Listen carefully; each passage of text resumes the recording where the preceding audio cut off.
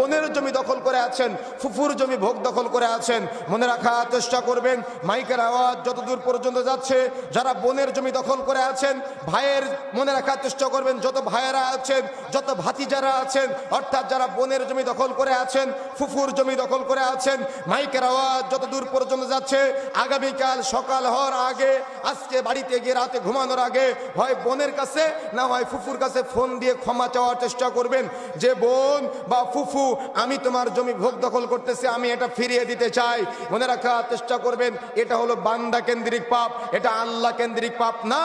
বিচারের মাঠে এই যে আজকে বোনের জমি ভোগ দখল করে আছেন, এই যে আজকে ফুফুর জমি ভোগ দখল করে আছেন, বিচারের মাঠে আপনার এই সম্পদ উঠে আসবে, আপনি দেখতে পাবেন, তখন আপনি আফসোস করবেন, আপনার চোখ দিয়ে পানি আসবে, আর আপনি ভাববেন হায় আফসোস, আমি আমার এই সামান্য সম্পদের জন্য আমার বোনের জমি দখল করেছিলাম, হায় আফসোস, আমি আমার এই সামান্য সম্পদের জন্য আমার বোনের সাথে সম্পর্ক নষ্ট করেছিলাম, হায় আফসোস, আমি এই সামান্য জমি জায়গার জন্য আমার ফুফুর সাথে সম্পর্ক নষ্ট করেছিলাম। বিচারের মাঠে আপনি আফসোস করে 5 পয়সা লাভ হবে না। সুতরাং সতর্ক হতে হবে, সাবধান হতে হবে, দুনিয়াতেই পরিবর্তন হতে হবে। আগামীকাল সকালে বোনের জমি আগে ফিরিয়ে দেওয়ার চেষ্টা করবেন, তা না হলে বোনের জমি ফেরত দেওয়ার আগে, ফুফুর জমি ফেরত দেওয়ার আগে যদি আপনার মৃত্যু হয়ে যায়, তাহলে আপনি বিচারের মাঠে আপনার বোন আপনাকে ক্ষমা না করলে জান্নাতে যেতে পারবেন না, আপনার ফুফু আপনাকে ক্ষমা না করলে জান্নাতে যেতে পারবেন না।